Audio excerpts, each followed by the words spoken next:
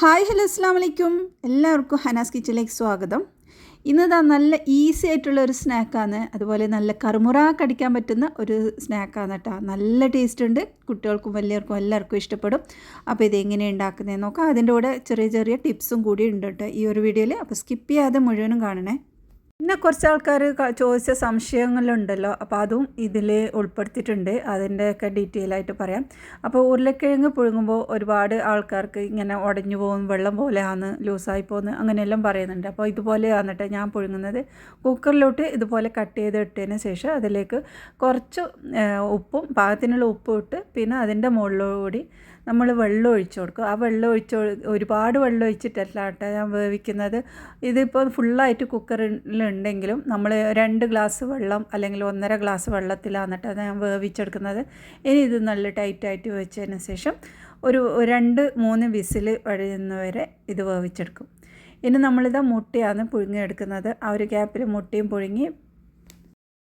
അപ്പോൾ അരിയെല്ലാം രാവിലെ തന്നെ അരച്ച് റെഡിയാക്കിയ ശേഷമാണ് മറ്റ് പണികളിലെല്ലാം പോകുന്നത്. അപ്പോൾ ഇത് ഭയങ്കര കട്ടിയുണ്ടെങ്കിൽ നമ്മൾ കുറച്ചൊക്കെ വെള്ളം ഒഴിക്കുക കേട്ടോ. ഓവർ കട്ടിയാവണമെന്നില്ല, ചെറിയൊരു ലൂസിൽ തന്നെയാണ്. ഓവർ ലൂസ് നമ്മൾ ദോശമാവിൻ്റെ എല്ലാം ആ ഒരു ലൂസിലാണ് കേട്ടോ വേണ്ടത്.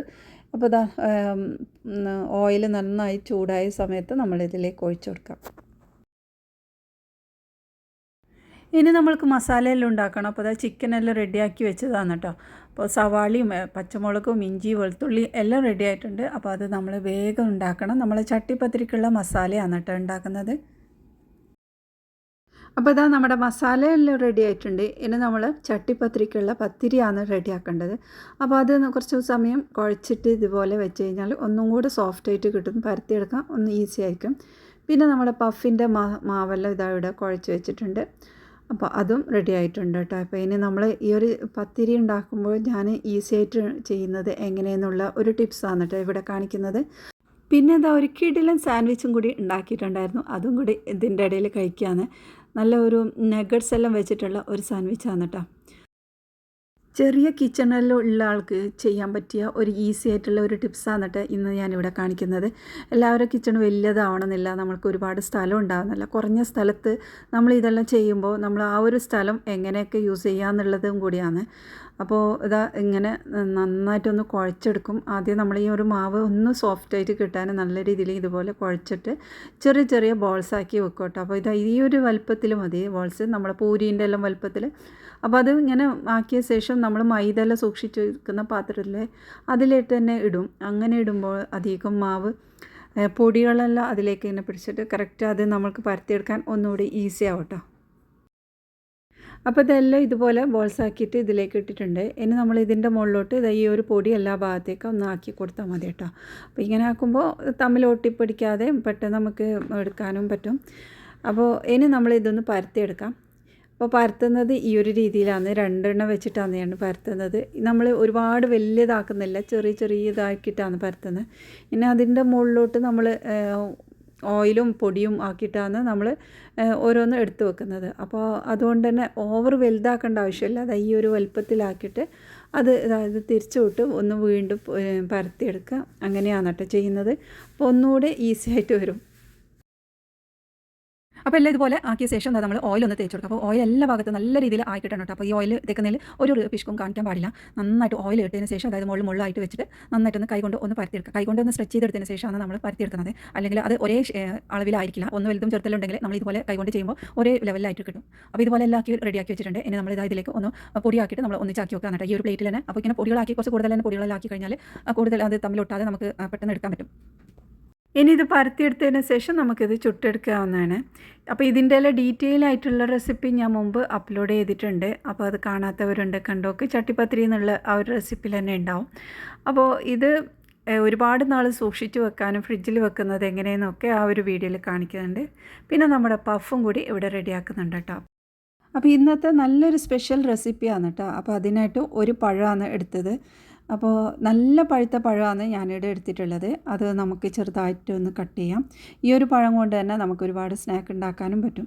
അപ്പോൾ നമ്മളിതാ ഈ ഒരു സൈസിൽ കട്ട് ചെയ്തതിന് ശേഷം നമുക്കൊന്ന് വഴറ്റിയെടുക്കാം. അപ്പോൾ പാനിലോട്ട് കുറച്ച് ഓയിൽ ഒഴിച്ച് കൊടുത്ത് 1 ടേബിൾ സ്പൂൺ ഓയിലോട്ട് നമ്മൾ ഇത് ഇട്ട് നന്നായിട്ടൊന്ന് വഴറ്റിയെടുക്കാം. ഒരു ലൈറ്റ് ബ്രൗൺ കളർ ആവുന്ന വരെ വഴറ്റിയെടുക്കാമെന്ന് കേട്ടോ. അപ്പോൾ ഈ ഒരു സമയത്ത് നമുക്കതിന് വേണ്ടിയിട്ടുള്ള മറ്റ് സാധനങ്ങളൊക്കെ റെഡിയാക്കാനുണ്ട്.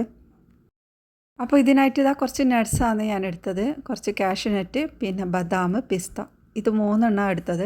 ഈ 3 തന്നെ ആവശ്യമില്ല കേട്ടോ. നമ്മളെ കയ്യിൽ ഏതുണ്ടത് അത് മാത്രം യൂസ് ആക്കാൻ മതി. ഒരെണ്ണം മാത്രമായിട്ടും ഉപയോഗിക്കാം കേട്ടോ. ഒരു നട്ട് ഉണ്ടായാലും മതിയാവും.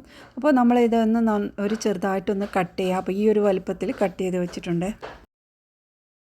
അപ്പോൾ ഈ ഒരു സമയത്ത് ഇതാ നമ്മുടെ പഴമൊക്കെ റെഡി ആയിട്ട് വന്നിട്ടുണ്ട്. നല്ലൊരു ലൈറ്റ് ഗോൾഡൻ കളറാകുന്ന വരെ നമ്മളിത് വഴറ്റിയെടുത്തതാണ് കേട്ടോ. ഇനി നമ്മളിത് ഫ്ലെയിം ഓഫാക്കി ചൂടാറാൻ വെക്കാം. ചൂടോട് കൂടിയിട്ടല്ല, നമ്മൾ ചൂടാറിയതിന് ശേഷമാണ് ഉപയോഗിക്കുന്നത്. അപ്പോൾ നമ്മൾക്ക് ഒരു ക്രീമാണ് ഉണ്ടാക്കേണ്ടത്. അപ്പോൾ അതിനായിട്ട് ഇത് ബട്ടറാണ് എടുത്തിട്ടുള്ളത്. 2 ടേബിൾ സ്പൂൺ ബട്ടർ ഇതുപോലെ നന്നായിട്ടൊന്ന് ഉടച്ചെടുക്കണം. നന്നായിട്ട് നല്ല റൂം ടെമ്പറേച്ചർ ആയിട്ടുള്ള ബട്ടറാണ് കേട്ടോ വേണ്ടത്. അപ്പോൾ ഇതുപോലെ നന്നായിട്ടൊന്ന് ഉടച്ച് ആ ഒരു ക്രീം പോലെ ആക്കിയെടുക്കണം. നന്നായിട്ടൊന്ന് മിക്സാക്കി കഴിഞ്ഞാൽ തന്നെ ഇതുപോലെ ആയിട്ടുണ്ടാവും കേട്ടോ. ഇനി നമ്മൾ ഇതിലോട്ട് പഞ്ചസാര ചേർത്ത് കൊടുക്കാം. മധുരത്തിനായിട്ട് ഞാനിവിടെ 4 ടേബിൾ സ്പൂണോളം പഞ്ചസാര ഇട്ടിട്ടുണ്ട്. നല്ലോണം വലിയ പൊടിയായിട്ടുള്ള പഞ്ചസാരയല്ല, ചെറിയ തരിയായിട്ടുള്ള പഞ്ചസാരയാണ് എടുത്തത്. എന്നിട്ട് ഇതുപോലെ ഒന്നുകൂടെ മിക്സാക്കി എടുക്കാം.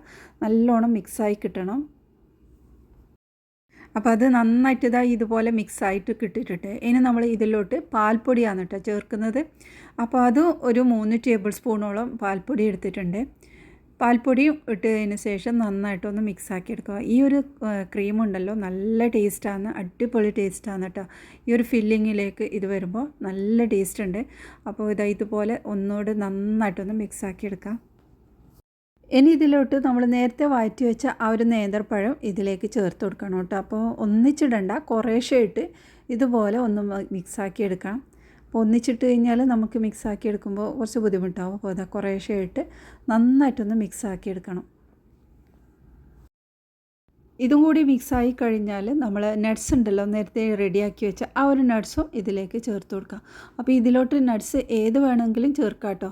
അപ്പോൾ ഇത് കാഷ്നട്ട് വേണമെങ്കിൽ അത് മാത്രമായിട്ട് ചേർക്കാം, ബദാം വേണമെങ്കിൽ അത് മാത്രം ആക്കാം. ഇവിടെ ഞാൻ 3 കൂടിയിട്ടാണ് കേട്ടോ എടുത്തിട്ടുള്ളത്.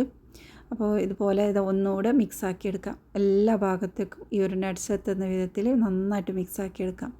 ഇനി നമ്മൾക്ക് വേണ്ടത് ബ്രെഡാണ് കേട്ടോ. അപ്പോൾ ബ്രെഡിൻ്റെ നടുഭാഗത്തായിട്ട് നമ്മൾ ഈ ഒരു ഫില്ലിങ് വെച്ചിട്ട് ആ ഒരു മറ്റേ സൈഡുള്ള ബ്രെഡും കൂടി ഇതിൻ്റെ മുകളിലോട്ട് വെക്കാം.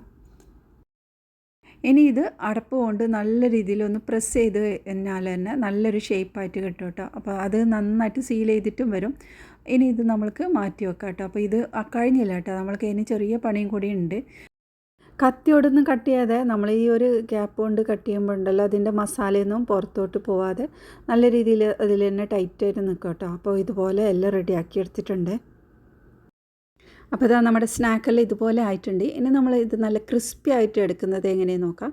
അപ്പോൾ അതിനായിട്ട് ഞാനിവിടെ കുറച്ച് സേമിയ എന്നിട്ട് എടുത്ത് ചെറിയ സൈസുള്ള ആ ഒരു സേമിയല്ലേ, അപ്പോൾ അത് നമ്മളിതാ കൈ കൊണ്ട് നന്നായിട്ട് ഒന്ന് പൊടിച്ചെടുക്കണം. അപ്പോൾ ഇത് പൊടിച്ചെടുത്തതിന് ശേഷം നമ്മൾക്ക് ഇനി ആവശ്യം മുട്ടയാണ് കേട്ടോ.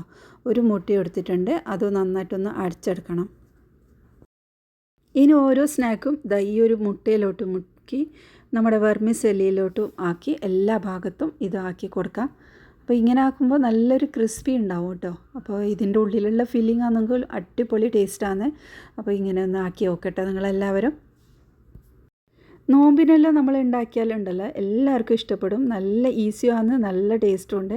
അപ്പോൾ ഇത് നമ്മൾ ഫ്രൈ ചെയ്യുന്നത് നെയ്യിലാണ് കേട്ടോ. ഓയിലും ഫ്രൈ ചെയ്യാവുന്നതാണ് കേട്ടോ, പക്ഷേ നെയ്യിലാക്കുമ്പോൾ ഒന്നുകൂടെ ടേസ്റ്റ് ആയിരിക്കും. അപ്പോൾ ഇതാ നമ്മൾ ഓരോന്നും നമ്മൾ ഇതിലേക്ക് ഒന്ന് ഇട്ട് പൊരിച്ചെടുക്കാം. നല്ലൊരു കുനാഫേൻ്റെ എല്ലാം ആ ഒരു ടേസ്റ്റ് ഉണ്ട് കേട്ടോ. ഇതിലേക്ക് നമ്മൾ ചീസ് വേണമെങ്കിൽ അങ്ങനെ യൂസ് ആക്കാം. അടിപൊളി ടേസ്റ്റാണ്, ട്രൈ ചെയ്ത് നോക്കെ. നല്ല ക്രിസ്പി ആയിട്ടുള്ള ഒരു സ്നാക്കാണ് കേട്ടോ. നല്ലൊരു ഫില്ലിങ്ങുമാണ് ഇതിലേക്ക് വെച്ചത്.